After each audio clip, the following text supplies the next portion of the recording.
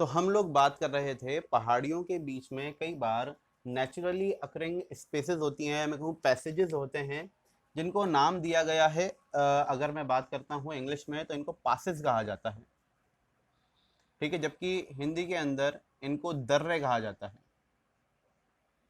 ठीक है, राजस्थान के अंदर इनको नाड़ कहा जाता है, नाड़, लेकिन लिखने में हम इसे नाल ही लिखते हैं, बोलने में नाड़। थोड़ा सा राजस्थानी वर्ड है ये, ठीक है, थोड़ा सा अगर लिखूं मैं इसको तो ये इस तरीके से लिखा जाएगा, नाड़। मुझे लिखना नहीं आता वैसे, इस तरीके से कुछ लिखा जाएगा, नाड़। ठीक है, बाकी आप इसे रहने दें, आप लोग नाल ही याद रखें, वो ठीक है। ठीक है, तो ध्यान रखिए राजस्थान में जो हमारी अरावली है, अरावली में काफ़ी सारे नेचुरली अकरिंग हमें पासिस मिल जाते हैं। उन पासिस के बारे में हमें थोड़ी सी जानकारी होनी चाहिए, क्या पता एग्जाम के अंदर पूछ ले। ठीक है, चलिए पासिस के बारे में बात करते हैं, राजस्थान में दर्रे। ठीक है, तो राजस्थान में जो सर्वाधिक दर्रे हैं वो राजसमंद में है। ध्यान रखिएगा, सबसे ज़्यादा जो दर्रे हैं, पासिस हैं, वो कहाँ लाया करते हैं, राजसमंद में सर्वाधिक हैं। Maximum of the passes are situated in Rajsamand, ये बात ध्यान रखिएगा। और यहाँ पे राजसमंद में जो कुछ फेमस दर्रे हैं मैं उनके नाम लिख रहा हूँ, उनके नाम आप लोगों को पता होने चाहिए क्योंकि कई बार वो पूछ लेता है। पहला है झीलवा या पागल्या की नाल। नाल वर्ड मैं आपको बता चुका हूँ अभी। ठीक है, झीलवा या पागल्या की नाल, ये एक नेचुरली अकरिंग पास है जो कि राजसमंद और पाली को जोड़ता है। ठीक है, राजसमंद और पाली के बीच में ये स्थित है और बहुत ज़्यादा फेमस है झीलवा या पगलिया की नाल। ठीक है, दरअसल ये जो लाया करता है, अगर आप कुंभलगढ़ फोर्ट देखें तो कुंभलगढ़ फोर्ट के जो उत्तर में है, ठीक है, कुंभलगढ़ फोर्ट के नॉर्थ में ये वाला दर्रा या मैं कहूँ पास लाया करता है कुंभलगढ़ फोर्ट के। ठीक है, ध्यान आपके रखिएगा, राजसमंद और पाली को ये जोड़ता है, झीलवा या पगलिया की नाल। दूसरों के मैं नाम लिख रहा हूँ, दिवेर की नाल या दिवेर का दर्रा, ये भी राजसमंद में ही है, दिवेर की नाल। ठीक है, ये राजसमंद से, ये भी पाली के बीच में है, या मैं कहूँ राजसमंद और पाली को ये जोड़ता है, दिवेर की नाल। और ये फेमस क्यों है, क्योंकि यहाँ से कोठारी नदी का उद्गम होता है। कोठारी नदी, जब मैं आपको नदियाँ पढ़ाऊंगा तब मैं आपको बताऊंगा, एक कोठारी नदी है। ठीक है, इसका जो उद्गम है, ओरिजिन है, वो है दिवेर की नाल से। ठीक है, थर्ड नंबर स्वरूप घाट, जो अन्य यहाँ पे दर्रे हैं, स्वरूप घाट, कच्छ वाली,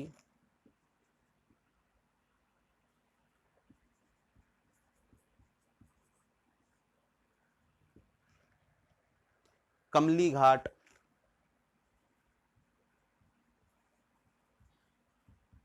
ये केवल नाम आप याद रख लीजिएगा, सब के सब कहाँ पड़ते हैं, राजसमंद में।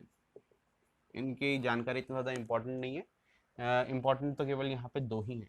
ठीक है, ये राजसमंद के दर्रे हुए, लेकिन इसका मतलब ये नहीं केवल राजसमंद में ही दर्रे हैं, क्योंकि देखिए अरावली की जो पर्वतमाला है वो तो काफ़ी ज़्यादा बड़ी है, काफ़ी ज़्यादा एरिया में फैली हुई है, और भी डिस्ट्रिक्ट्स को कवर करती है। तो और भी डिस्ट्रिक्ट्स में हमें पासिस नज़र आते हैं, लेकिन मेजरली क्योंकि ये राजसमंद में थे तो सबसे पहले मैंने राजसमंद को कवर किया। ठीक है, आगे बढ़ते हैं, पाली की बात करता हूँ। पाली की बात करता है, पाली के अंदर कौन कौन सी हमें दर्रे नजर आते हैं, हाथी गुढ़ा की नाल,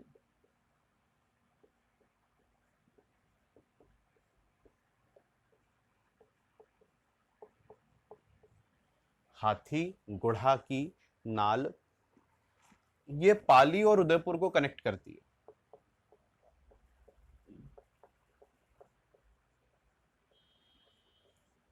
ठीक है। हाथीगुड़ा की नाल पाली और उदयपुर को कनेक्ट करती है और ये कुंभलगढ़ के दक्षिण में लाया करती है।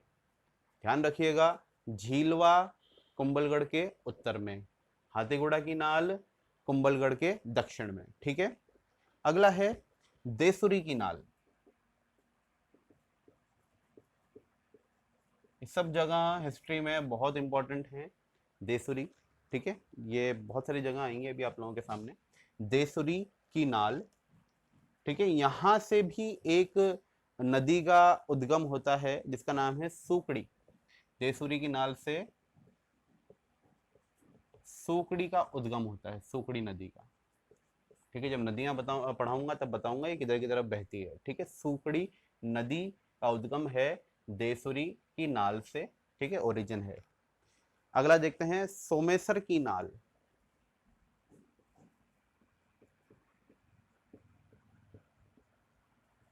सोमेश्वर की नाल, सोमेश्वर की नाल देसुरी के उत्तर की ओर पड़ती है। ठीक है, देसुरी की नाल के उत्तर की ओर पड़ती है सोमेश्वर की नाल। यह भी कहाँ है? पाली में ही है। ठीक है, और एक और है बर का दर्रा।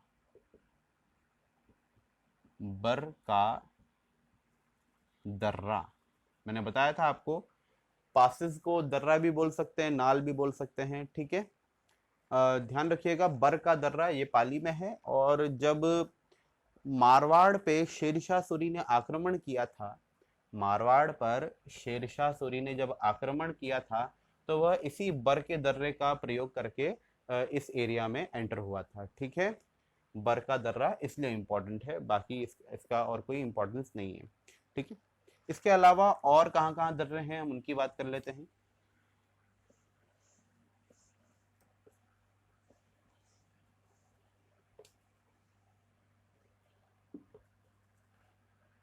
उदयपुर में अगर दर्रों की बात करूं मैं, उदयपुर के अगर दर्रों की बात करूं तो यहाँ पे जो फेमस है वो है चीरवा की नाल।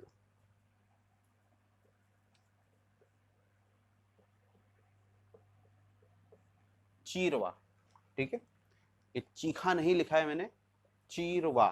ठीक है, चीरवा की नाल यह है उदयपुर और राजसमंद को कनेक्ट करती है। ध्यान रखिएगा। सेकंड है ढेबर की नाल, या ढेबर नाल भी बोलते हैं इसे केवल, ढेबर की नाल या ढेबर नाल एक ही बात है, ढेबर।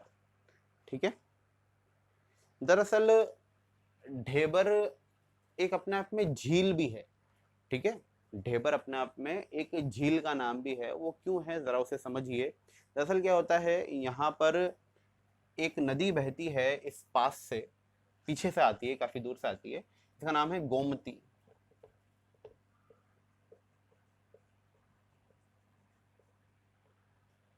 गोमती नदी के पानी को रोक के इस नाल में एक कृत्रिम झील का निर्माण किया गया। ठीक है, इस झील का नाम है जयसमंद झील। क्या नाम है इसका? जयसमंद झील, जो कि राजस्थान की सबसे बड़ी मीठे पानी की झील है। आप समझ सकते हैं, अगर मैं नदी के पानी को रोकूंगा तो वो मीठा पानी होगा। ठीक है, जनरली मीठा ही पानी होता है नदी का।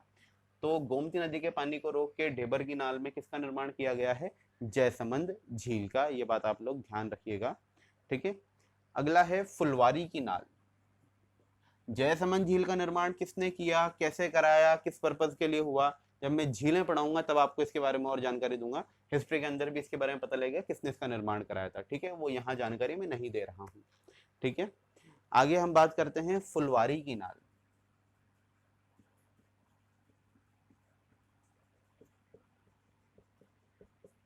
फुलवारी की नाल,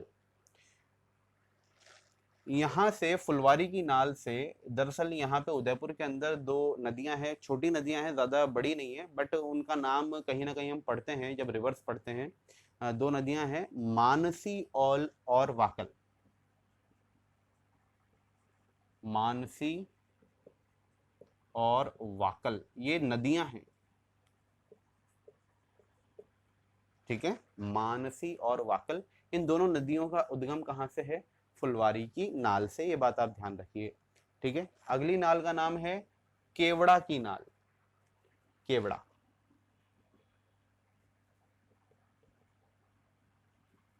केवड़ा की नाल, ठीक है। ये उदयपुर में लाया करती है, बस, इससे ज्यादा कुछ नहीं है इसके ऊपर। ठीक है। तो ये उदयपुर की कुछ नाल हैं जिनके बारे में मैंने जानकारी दी आपको। आगे बढ़ते हैं।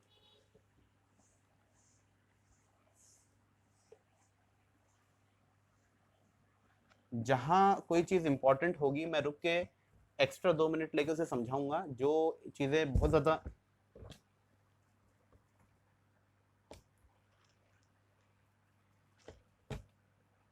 जो चीज़ें बहुत ज़्यादा इंपॉर्टेंट नहीं हैं उनको हम थोड़ा जल्दी जल्दी कवर कर लेंगे। ठीक है। जिनमें केवल हमें डेटा लिखना है वहाँ हम थोड़ा सा जल्दी बढ़ जाएंगे आगे। ठीक है।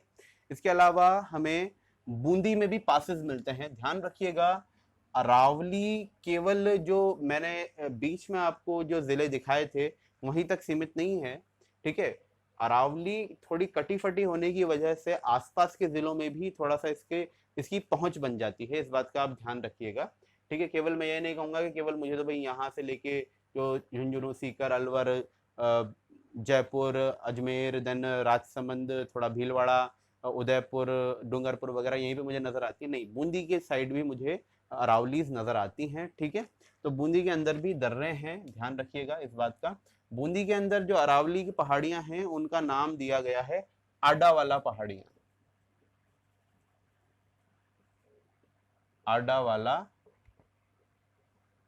पहाड़ियां, ध्यान रखिएगा, ये अरावली की ही पहाड़ियां हैं। ठीक है। क्योंकि अभी थोड़ी देर बाद एक और पहाड़ियां आएंगी, किसी और पर्वतमाला की भी पहाड़ियां आएंगी, लेकिन ये जो पहाड़ियां हैं ये अरावली की ही हैं, आडा वाला। ठीक है। तो बूंदी के अंदर जो दर्रे हैं या पासेस हैं इन आडा वाले पहाड़ियों के ऊपर ही पड़ते हैं और उनके नाम है जैतावास, जैतावास, बूंदी, ध्यान रखिएगा। बूंदी अपने आप में डिस्ट्रिक्ट भी है, बूंदी अपने आप में एक नाल भी है या दर्रा भी है। ठीक है। रामगढ़, खटकड़, रामगढ़, खटकड़, और आखिरी है लाखेरी। लाखेरी का नाम आप लोगों ने सुना होगा, अगर नहीं सुना तो जब हम लोग इंडस्ट्रीज वगैरह की बात करते हैं तो वहाँ पे हमें पता चलता है कि जो राजस्थान का सबसे पुराना सीमेंट का कारखाना है सबसे पहले का इंस्टॉल हुआ था लाखेरी में, हुआ था एसीसी का। ठीक है। आप लोग अगर कभी दिल्ली टू मुंबई अगर ट्रैवल करें तो आप लोगों को लाखेरी स्टेशन नज़र आएगा, वहीं से दूर से ये आपको फैक्ट्री नज़र आ जाएगी एसीसी की। ठीक है। फेमस इसलिए है क्योंकि यहाँ पे ब्रिक्स काफ़ी बनती हैं काली मिट्टी होने की वजह से। ठीक है। तो ये लाखेरी, तो 4 हमें दर्रे मिलते हैं आडा वाला पहाड़ियों पे, और आडा वाला पहाड़ियाँ जो हैं वो किसका ही पार्ट है? अरावली पर्वतमाला का ही पार्ट है। ठीक है। आगे मैं बात करता हूँ सवाई माधोपुर। सवाई माधोपुर में भी पहाड़ियाँ हैं, लेकिन ये कौन सी पहाड़ियाँ हैं, किस पर्वतमाला की पहाड़ियाँ हैं, अभी मैं उसके बारे में बात नहीं कर रहा हूँ, क्योंकि मैं यहाँ पे दर्रे कवर कर रहा हूँ, राजस्थान के सारे दर्रे कवर कर रहा हूँ। इसलिए मैं यहाँ पे आपको बता रहा हूँ कि सवाई माधोपुर में भी पहाड़ियाँ हैं। और सवाई माधोपुर में कौन सी पर्वतमाला है मैं उसके बारे में अभी बात नहीं कर रहा हूँ, क्या वो अरावली है, क्या वो दूसरी है, मैं इसकी बात नहीं कर रहा हूँ। सवाई माधोपुर के दर्रों की अगर बात करूँ तो एक का नाम है कुशाली दर्रा, एक का नाम है ढूंढीमल दर्रा।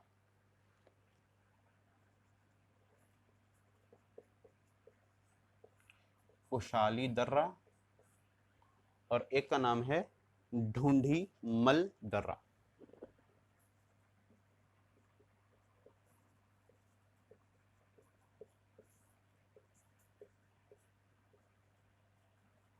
बिल्कुल इंपॉर्टेंट नहीं है, आप चाहें तो इसको याद भी ना रखें, कोई नहीं पूछने वाला, बहुत मुश्किल से आपसे पूछेगा अगर ये क्वेश्चन आया तो।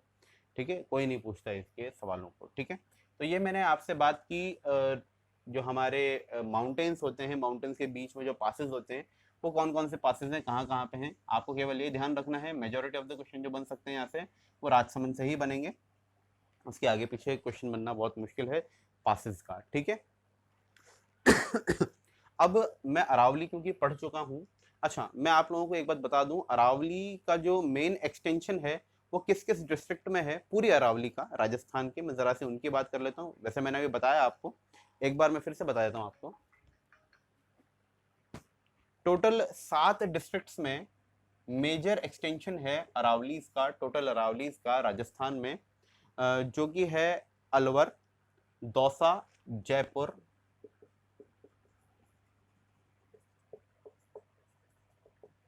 अलवर, दौसा, जयपुर, अजमेर, अजमेर, राजसमंद, उदयपुर और सिरोही। राजसमंद, उदयपुर और सिरोही, ध्यान रखिएगा ये मेजरली यहाँ पे लाई करती है, लेकिन इसका मतलब ये नहीं है कि बाकी डिस्ट्रिक्ट्स में लाई नहीं करती। मैंने और भी डिस्ट्रिक्ट्स के आपको नाम लिखाए हैं आगे पीछे, लेकिन मेजरली अगर बात कोई आपसे पूछता है कि कितने डिस्ट्रिक्ट्स में लाई करती है और कहाँ कहाँ पे मेजोरिटी ऑफ द अरावलीज हैं, तो आपको इन 7 का नाम लेना है। इनसे काफ़ी ज़्यादा चीज़ें उससे क्लियर हो जाएंगी, ठीक है, एग्जामिनर को। और ये वैसे मेंस के अंदर मैं लिखूँ ज़्यादा बेहतर है, बाकी प्री के अंदर क्योंकि फैक्चुअल डेटा आते हैं, तो जैसे मैंने आपको बताया बूंदी के अंदर भी अरावलीज हैं, तो आपको वो ध्यान होना चाहिए। यहाँ पे मैंने बूंदी तो लिखा नहीं है, ठीक है, ये बात आप लोग ध्यान रखिएगा, ठीक है। चलिए आगे बढ़ते हैं।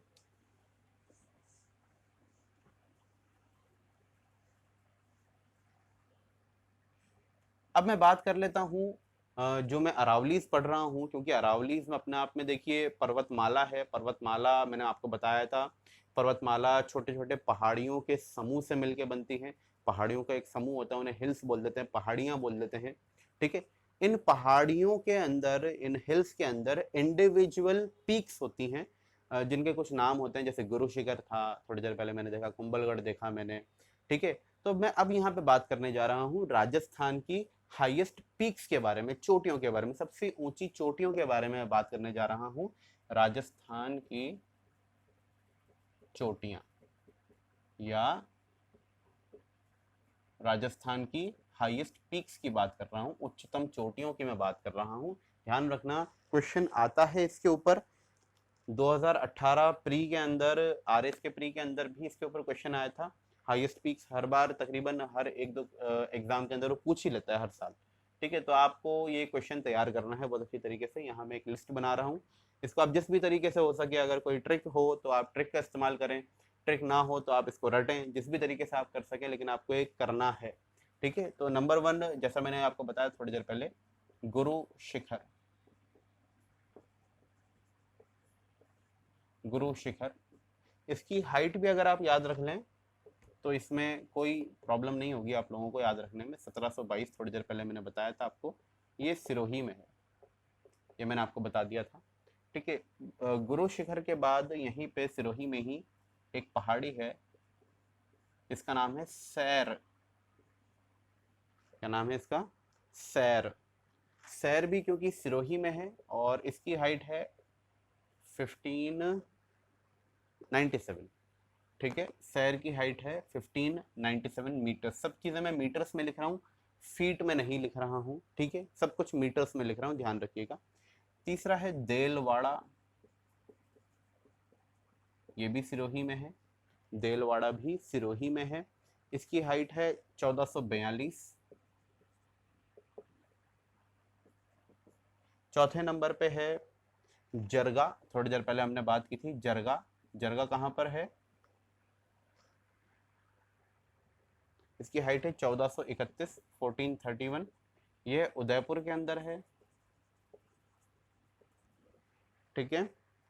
Then after that Achalgarh,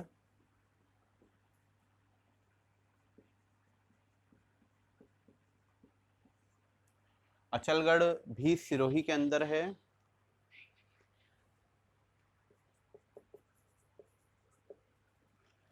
Achalgarh भी सिरोही के अंदर है। देन कुंभलगढ़, कुंभलगढ़ की मैंने बात की थोड़ी देर पहले,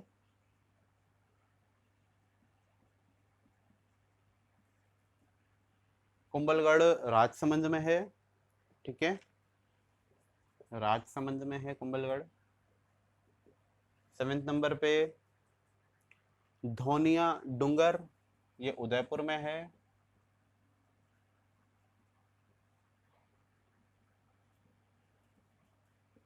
धौनिया डूंगर उदयपुर में है।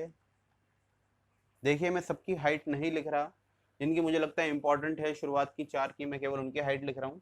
क्वेश्चन नहीं पूछेगा इतना ज़्यादा डीप, आपसे कभी भी नहीं पूछने वाला वो। 8वें नंबर पे रघुनाथगढ़। रघुनाथगढ़ के बारे में मैंने आपको बताया था।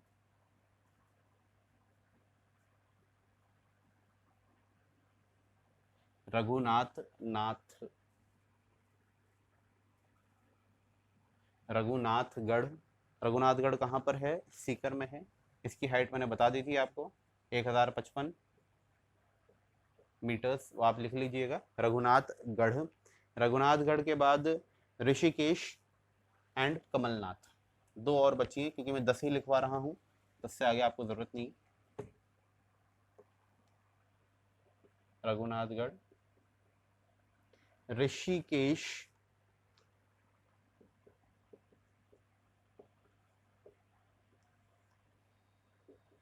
और 10th पे है कमलनाथ, दोनों उदयपुर में।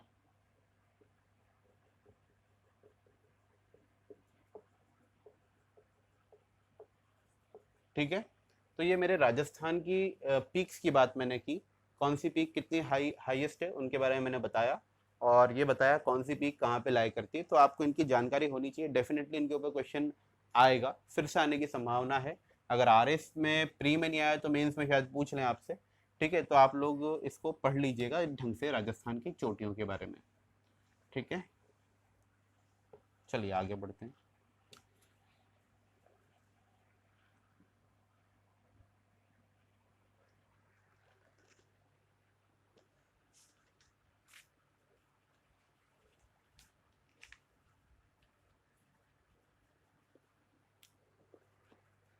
तो मैंने चोटियों की बात की, अब मैं बात करूंगा राजस्थान की पहाड़ियों की।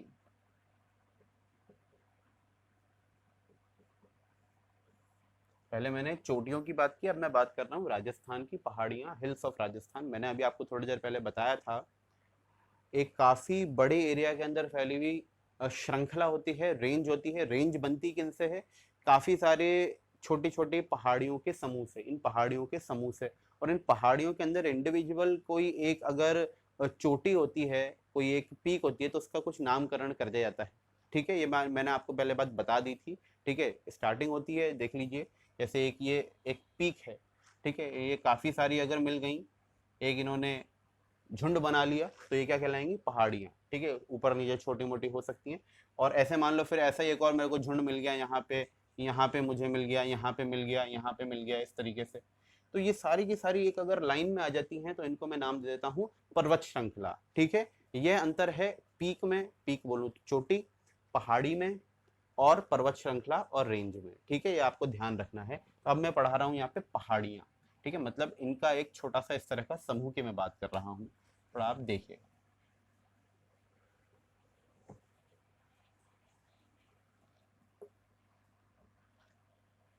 राजस्थान की पहाड़ियाँ, थोड़ा सा ये एक समझने वाली चीज़ है इसके अंदर, तो मैं थोड़ा धीरे धीरे पढ़ाऊंगा, आप लोग समझिएगा।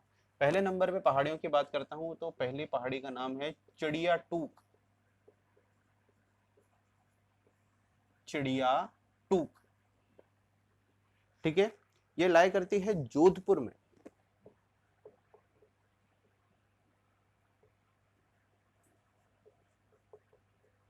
जोधपुर में लाई करती है चिड़िया टूक। और फेमस किस लिए है? क्योंकि इसके ऊपर स्थित है मेहरानगढ़ फोर्ट। फेमस किस लिए है चिड़िया टूक की पहाड़ी?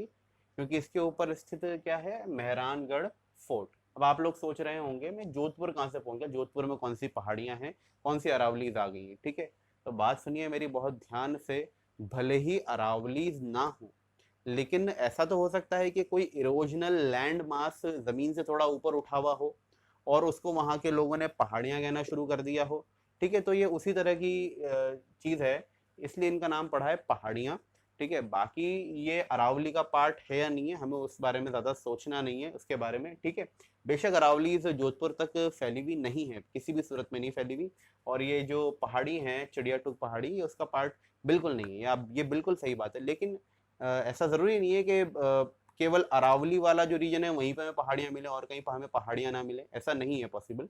ठीक है, कई कई जगह में पहाड़ियां मिल जाती हैं, छोटे छोटा समूह, ठीक है, वो इतनी बड़ी नहीं होती कि वो पर्वत श्रृंखला बना लें, ठीक है, लेकिन छोटे छोटे अपने आप उनका एग्जिस्टेंस होता है, इसी वजह से मैं यहाँ पे उनको पढ़ा रहा हूँ चिड़िया टूक। ठीक है, चिड़िया टूक के बाद देखिए त्रिकुट पहाड़ी।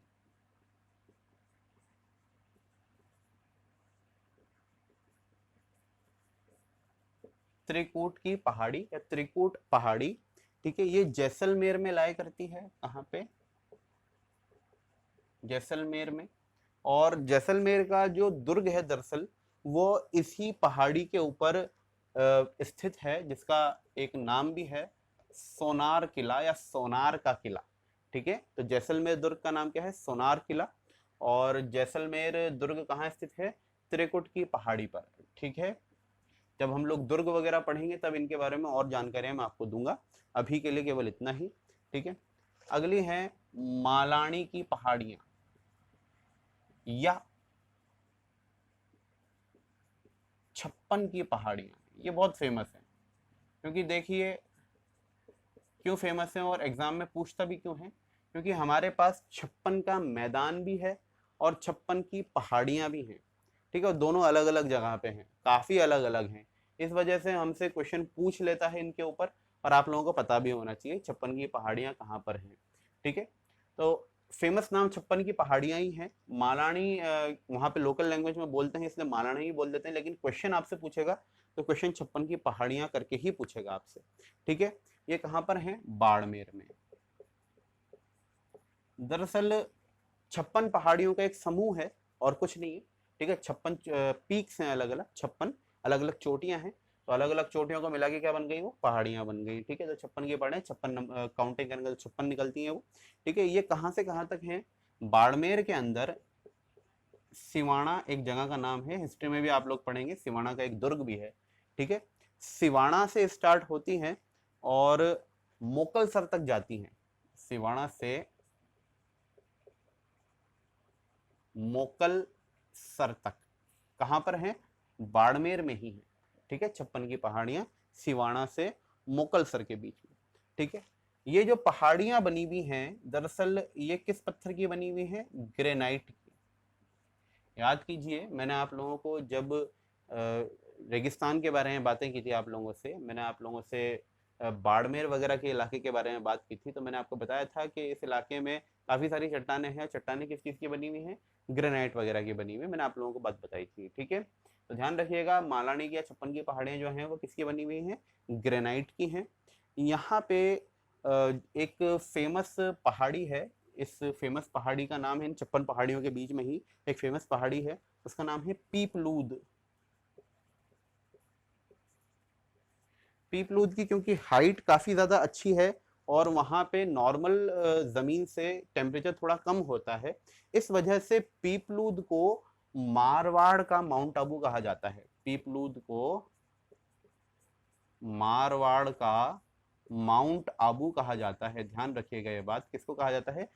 पीपलूद चोटी को। पीपलूद चोटी कहाँ पे है? छप्पन की पहाड़ियों में ही एक चोटी है। ठीक है, पीपलूद, और ये कहाँ पड़ती है? बाड़मेर में पड़ती है। ठीक है, और बाड़मेर अपने आप में मारवाड़ का ही हिस्सा है। ठीक है, मारवाड़ का, मेवाड़ नहीं बोल रहा हूँ, मारवाड़ बोल रहा हूँ, मारवाड़ का हिस्सा है, ध्यान रखिएगा। एक और यहाँ पे जो पहाड़ी है छप्पन की पहाड़ियों में, उसका नाम है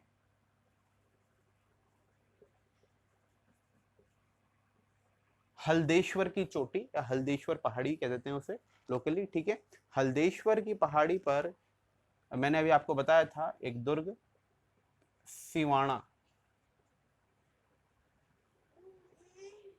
सिवाना दुर्ग कहाँ स्थित है? हल्देश्वर की पहाड़ी पर। ठीक है, एक बहुत फेमस जैन मंदिर है नाकोड़ा जैन मंदिर। नाकोड़ा जैन मंदिर भी इन छप्पन की पहाड़ियों में से एक पहाड़ी नाकोड़ा पर स्थित है।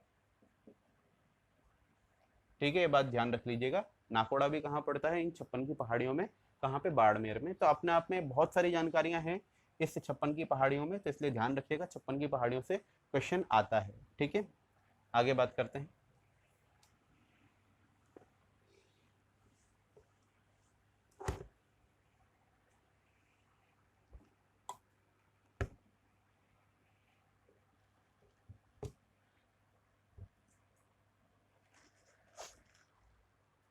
आगे देखिए, स्वर्णगिरी, जो भी पॉइंट हो ये चौथा पॉइंट होगा।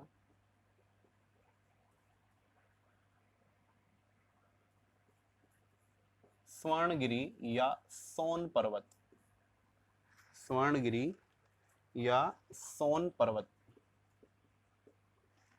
ये लाई करता है जालौर में, ठीक। और जालौर में जालौर दुर्ग जो है, जालौर का जो दुर्ग है काफी फेमस दुर्ग है, हिस्ट्री के अंदर हम देखेंगे, ठीक है। तो स्वर्णगिरी के ऊपर जालौर दुर्ग का निर्माण किया गया है, ध्यान रखिएगा। 5वें नंबर पे बात करता हूं, सुंधा माता पर्वत।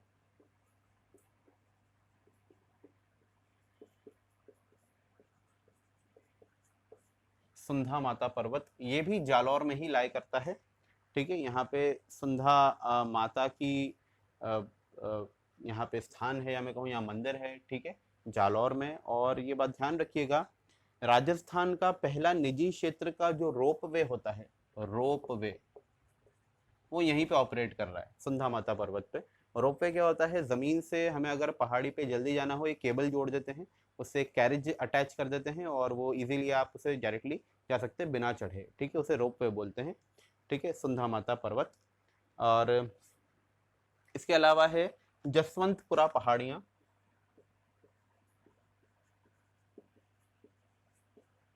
जसवंतपुरा पहाड़ियाँ, ये भी जालौर में है, ठीक है। और डोरा पर्वत, डोरा पर्वत ये भी जालौर में है, सबसे ऊंचा है जालौर का है, ध्यान रखिएगा। डोरा पर्वत जालौर की सबसे ऊंची चोटी है, ठीक है। इसके अलावा एस राणा पर्वत, एस राणा पर्वत ये भी जालौर में है। इसके बाद हम बात करते हैं अगली डिस्ट्रिक्ट की, नानी सिरदी, सिरडी, नानी सिरडी डूंगरी, ठीक है, यह पाली में है। नानी सिरडी डूंगरी यह पाली में है, और इसके ऊपर पाली का बहुत फेमस फोर्ट सोजट फोर्ट इसी के ऊपर निर्मित है, इसी चोटी के ऊपर, ठीक है। उसके बाद मैंने आपको बताया था तारागढ़, जो कि अजमेर में है, तारागढ़ अजमेर में है, ठीक है। उसके बाद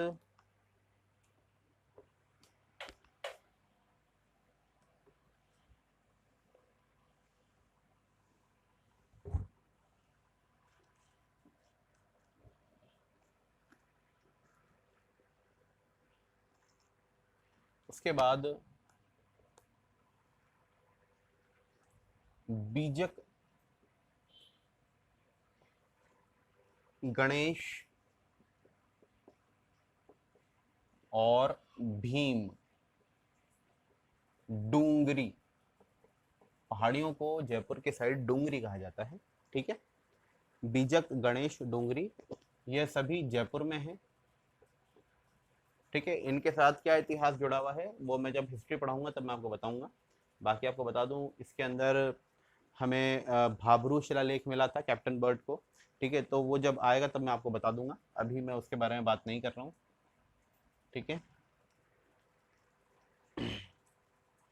इसके बाद हृदयनाथ, उदयनाथ और नलदेश्वर, हृदयनाथ, उदयनाथ, नलदेश्वर की पहाड़ियाँ, ठीक है, हृदयनाथ, उदयनाथ, नलदेश्वर की पहाड़ियाँ यह सभी अलवर में है, ठीक है। हृदयनाथ पहाड़ी से रूपारेल नदी का उद्गम होता है,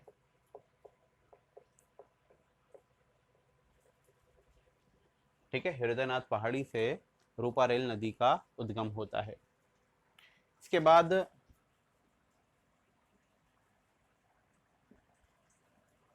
मलय केतु या मालखेट, मलय केतु या मालखेट, यह सीकर जिले में कुछ पर्वतों के समूह का एक साथ नाम है, जिसमें कौन कौन से पर्वत हैं? हर्ष पर्वत, रेवासा पर्वत और जीर्ण माता पर्वत।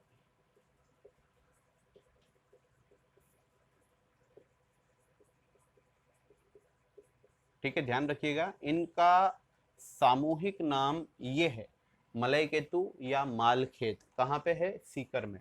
हर्ष पर्वत, रेवासा पर्वत और जीर्ण माता पर्वत, ठीक है, सीकर में। इसके बाद बात करता हूं मैं बीजासन पहाड़ी।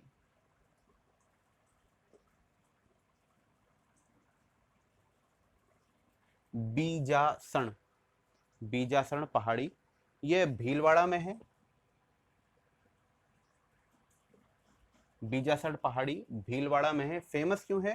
क्योंकि इसके ऊपर मांडलगढ़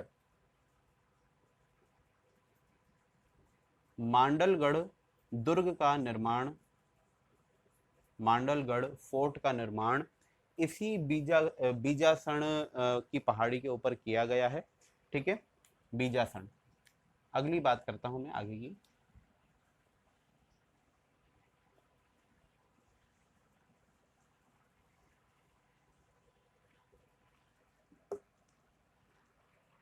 बीजासन के बाद बंशी पहाड़पुर, जो भी नंबर हो, मुझे नंबर नहीं पता।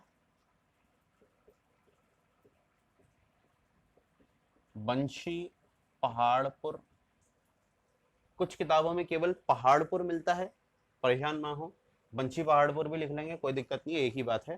ठीक है, बंशी पहाड़पुर ये भरतपुर में है।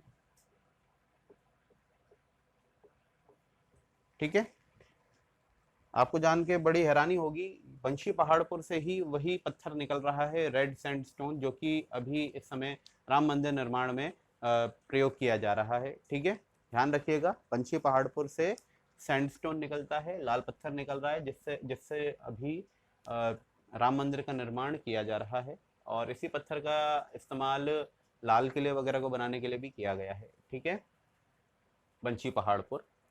देन दमदम पहाड़ी, दमदम पहाड़ी यह भी भरतपुर में है। ठीक है, और इसके ऊपर बयाना का किला, बयाना फोर्ट, बयाना फोर्ट इसी के ऊपर स्थित है। बयाना फोर्ट, बयाना एक जगह का नाम है भरतपुर में। ठीक है, देन उसके बाद रेवत की पहाड़ी, रेवत, रेवत की पहाड़ी, रेवत। ठीक है, रेवत की पहाड़ी ये है नागौर में, रेवत की पहाड़ी नागौर में। और इस पहाड़ी के अंदर एक बहुत फेमस धातु निकलती है, इसका नाम है टंगस्टन, इंग्लिश वर्ड ही है टंगस्टन। ठीक, जो हमारे बल्ब, जो पुराने बल्ब आया करते थे, उनके अंदर जो फिलामेंट होता है, जो गर्म होकर हीट देता है और लाइट देता है, वो टंगस्टन होता है। तो टंगस्टन कहाँ से निकलता है? रेवत से निकलता है। ठीक है, डेगाना के पास ये जगह है, रेवत की पहाड़ी। ठीक है, उसके बाद बांसदड़ा पहाड़ी, बांसदड़ा,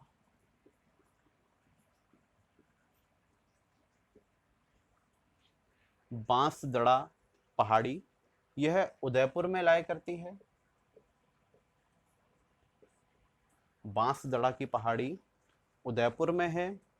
और सज्जनगढ़ जो फोर्ट है, सज्जनगढ़ किला जो है, इसी बांसदड़ा की पहाड़ी पर है, सज्जनगढ़ फोर्ट। ठीक है, बांसदड़ा की पहाड़ी, उदयपुर, सज्जनगढ़ फोर्ट। ठीक, आगे मैं बात करता हूं मुकुंदरा हिल्स, बहुत फेमस नाम है आजकल। ठीक है, राजस्थान की आप जीके पढ़ते हैं तो मुकुंदरा हिल्स आप डेफिनेटली नाम सुनेंगे। ठीक है, ये कहाँ लाया करता है, केवल एक डिस्ट्रिक्ट में नहीं है, कोटा प्लस चित्तौड़ प्लस झालावाड़, ध्यान रखिएगा 3 डिस्ट्रिक्ट्स में एक साथ लाया करता है ये पूरा एरिया मुकुंदरा हिल्स का। ठीक है, कोटा, चित्तौड़ और झालावाड़ में। ठीक है, और इनमें जो सबसे ऊंची चोटी है, हिल्स के अंदर सबसे ऊंची जो चोटी है उसका नाम है चांदवाड़ी। ठीक है, बाकी आप लोगों को पता होगा हमारा जो तीसरा नेशनल पार्क है वो मुकुंदरा हिल्स नेशनल पार्क ही है। ठीक है, और यहाँ की सबसे ऊंची चोटी चांदवाड़ी है, इस बात का ध्यान रखिएगा। और जैसा मैंने आप लोगों को बताया था कि सभी जो हमारे राजस्थान के अंदर पहाड़ियाँ हैं वो सभी अरावली का हिस्सा नहीं है, तो उसी श्रृंखला में आप लोगों को बताना चाहूँगा मुकुंदरा हिल्स जो हैं वो अरावली का हिस्सा ना होते विंध्यन पर्वतों का हिस्सा है, ये बात ध्यान रखिएगा। विंध्यन जो माउंटेन रेंज है, विंध्यन जो पर्वतमाला है उसका हिस्सा है मुकुंदरा हिल्स, ये बात ध्यान रखिएगा। वो अरावली का हिस्सा बिल्कुल नहीं है। अरावली हमें बूंदी तक ही मिलती है, आडावाला तक, उसके बाद हमें बूंदी के बाद अरावलीज नहीं मिलती। ठीक है, ध्यान रखिएगा मुकुंदरा हिल्स विंध्यन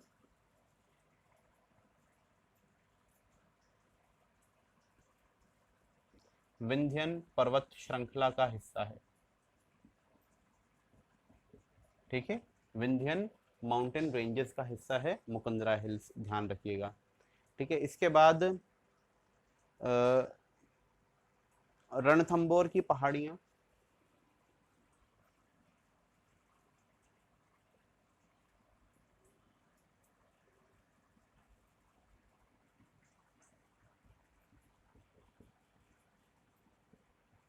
कहाँ लाया करेंगी, सवाई माधोपुर में केवल। ठीक है, रणथंबोर की पहाड़ियां सवाई माधोपुर में। ठीक है, ये क्यों फेमस हैं, ये इसलिए फेमस हैं क्योंकि रणथंबोर की पहाड़ियां ही वह स्थल हैं जहां पे अरावली पर्वतमाला और ये जो मैंने आपको बताया विंध्यन पर्वतमाला का संगम होता है। राजस्थान में केवल एकमात्र जगह है, इसलिए ये इंपॉर्टेंट है थोड़ी सी, कि कहाँ पे अरावली पर्वतमाला और विंध्यन पर्वतमालाओं का संगम है। मैं आपको जब थोड़ी देर बाद पठार पढ़ाऊंगा तो पठार के अंदर और थोड़ा इसको बेहतर समझाने की कोशिश करूंगा। ठीक है, अभी के लिए इतना ध्यान रख लें, सवाई माधोपुर में अरावली की पहाड़ियाँ भी आती हैं और विंध्यन की पहाड़ियाँ भी आती हैं, विंध्यन पर्वतमाला की, पर्वत श्रृंखला की। ठीक है, तो वो दोनों आके मिलती हैं कहाँ पे, रणथंबोर की पहाड़ियों पे। उसके नीचे सवाई माधोपुर के नीचे हमें केवल विंध्यन की पर्वतमाला मिलती है, जबकि अगर मैं थोड़ा ईस्ट में जाता हूँ तो मुझे क्या मिलती है, अरावलीज मिलती है। थोड़ा मैप थोड़ा दिमाग में अपने घुमाइए, इजीली समझ में आ जाएगा। ठीक है, आगे बात करता हूँ बिशनौड़ा।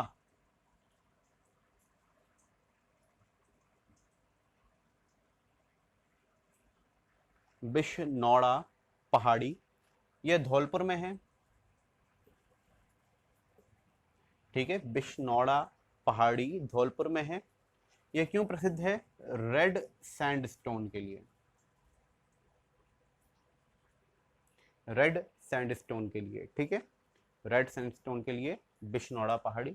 इसके अलावा एक और पर्वत बहुत फेमस है, गंधमादन पर्वत।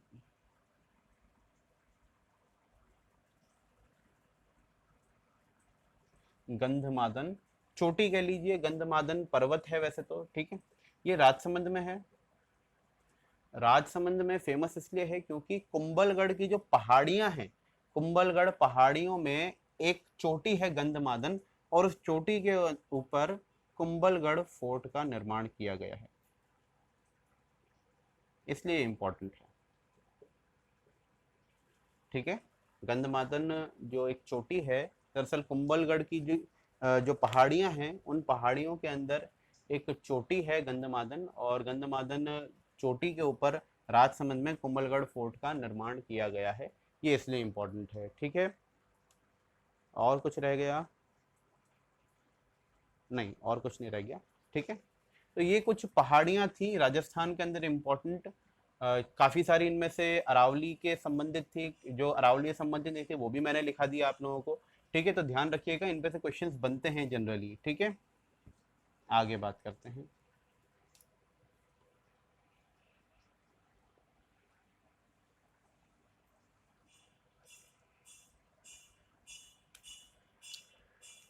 अब अरावली जो पर्वतमाला है, अरावली पर्वतमाला की मैंने बात की, उनके साथ जुड़ी हुई कुछ शब्दावलियां हैं, कुछ ग्लॉसरी है। ठीक है, ग्लॉसरी रिलेटेड टू अरावली। ठीक है, शब्दावली, ग्लॉसरी या शब्दावली जो अरावली पर्वतमाला के साथ रिलेटेड है। पहली जो वर्ड में लिख रहा हूं यहाँ पे, उसका नाम है गिरवा। गिरवा, गिरवा क्या है?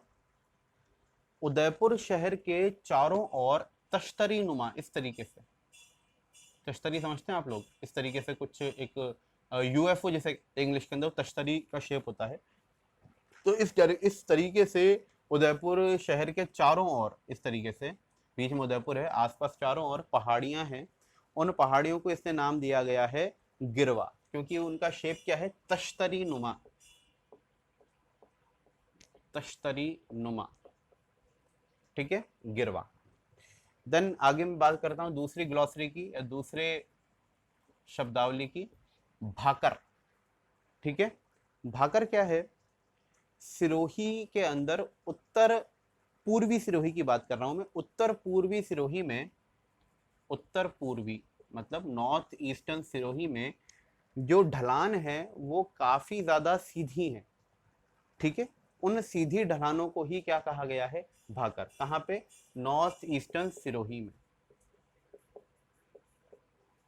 ठीक है, उत्तर पूर्वी सिरोही में बहुत तेज ढलान को, बहुत सीधी ढलान को भाकर कहा गया है। ठीक है, इसके बाद मैं बात करता हूं मगरा। मगरा, मगरा दरअसल उदयपुर के उत्तरी हिस्से को मगरा कहा जाता है, जिसके अंदर पाली,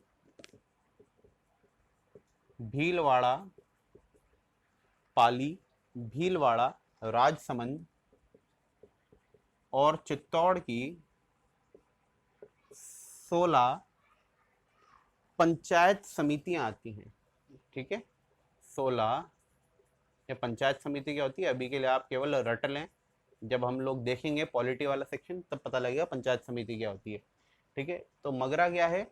उदयपुर के नॉर्थ में पाली, भीलवाड़ा, राजसमंद और चित्तौड़ की 16 पंचायत समितियों का एक समूह है जो मगरा कहलाता है। ठीक है, इसके बाद अगली जो ग्लॉसरी है वह है बरड़।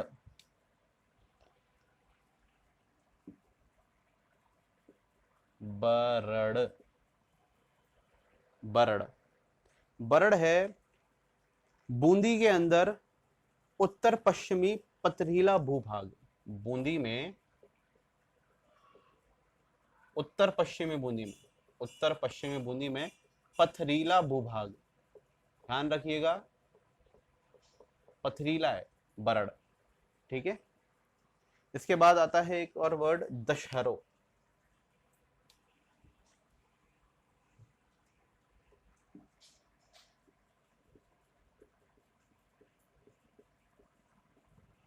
दशहरो, दशहरो मतलब हरा, हरा इलाका। ठीक है, दशहरो पड़ता है मेवाड़ में जरगा और रागा पर्वतों के बीच में।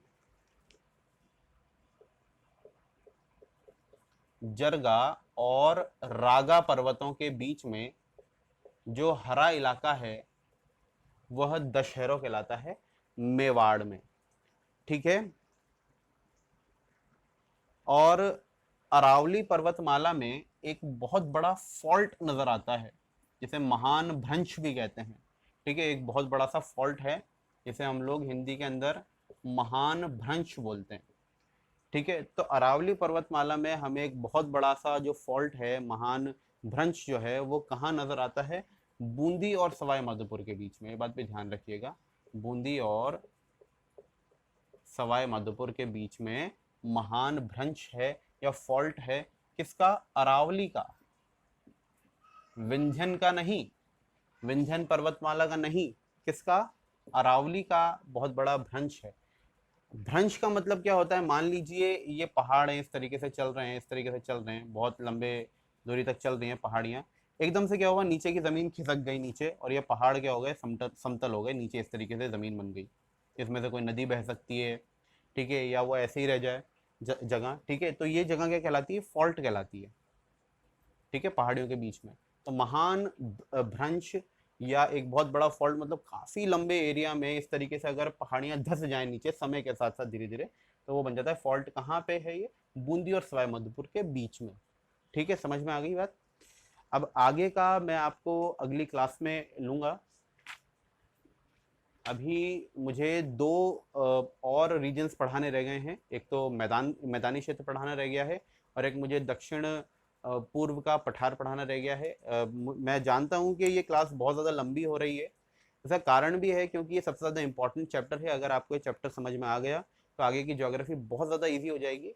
और मैं आपको एक बात और बताना चाहूँगा कि इस चैप्टर के अंदर समय लगता है, ठीक है। अगर आप लोगों ने इसको समय दे दिया, तरीके से आपने ये वाला चैप्टर कर लिया, तो आगे आने वाले चैप्टर्स में आपको कोई प्रॉब्लम नहीं आने वाली, ठीक है। तो आप थोड़ा सा बियर कीजिए इस समय को। मैं कोशिश कर रहा हूँ थोड़ा सा तेज़ चलूँ और चीज़ों को समझा सकूँ, क्योंकि देखिए मुझे सभी बच्चों को साथ लेके चलना है, केवल उन बच्चों को नहीं जो पहले से जिन्होंने एग्जाम दे रखा है, इनके कंसेप्ट क्लियर हैं, लेकिन उन बच्चों को भी साथ लेना है जो बिल्कुल नए हैं और जो तरीके से चीज़ों को समझना चाहते हैं, पढ़ना चाहते हैं, ठीक है। तो अगली क्लास में इसको हम आगे कंटिन्यू करेंगे, जहाँ पे हम पूर्वी मैदान के बारे में बात करेंगे, और साथ ही साथ हम उसी के साथ हम दक्षिण पूर्व का पठारी हिस्सा भी कंप्लीट कर लेंगे एक ही वीडियो के अंदर, ठीक है। तो आज के लिए इतना ही, थैंक यू।